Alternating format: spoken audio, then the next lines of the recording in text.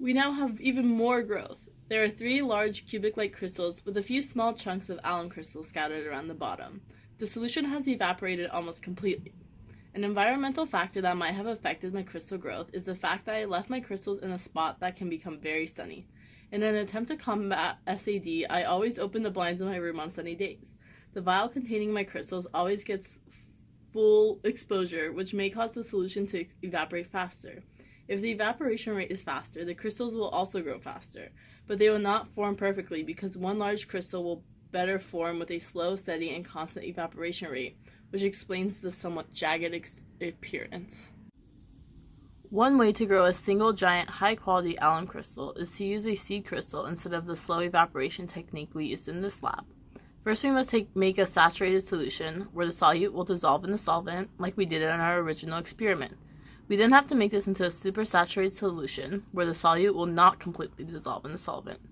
We do this by suspending a seed crystal in the alum solution. We can use one of the smaller crystals as a seed crystal.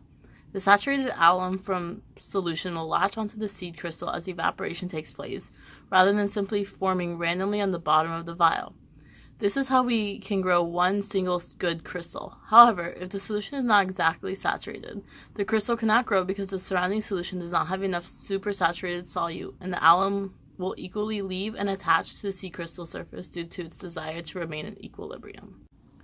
D-spacing in crystal structure is the consistent distance between neighboring parallel planes. D-spacing is scientifically significant because if you understand how the planes of a solid crystal are arranged and you understand the distances and angles between each one, then you can build a model of the entire crystal and find out where all the atoms are.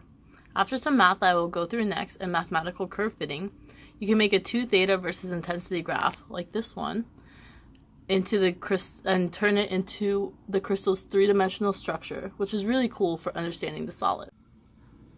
So now I'll take you over how to actually calculate the d-spacing based on the sample graph that we saw just moments ago.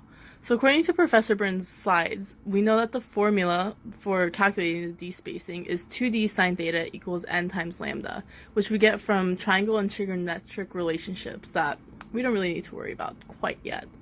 So we rearrange the equation for d-spacing, which is d, and we get n lambda, d equals n lambda over 2 sine theta. Our givens are n equals 1, which in this case, n is the path length, which is just 1 for us. Lambda is equal to 0.15418 nanometers, which we get from the graph. 2 theta, which we also get from the graph, is equal to 20.5, but because the formula calls for just theta, we divide that by 2 and get theta equals 10.25.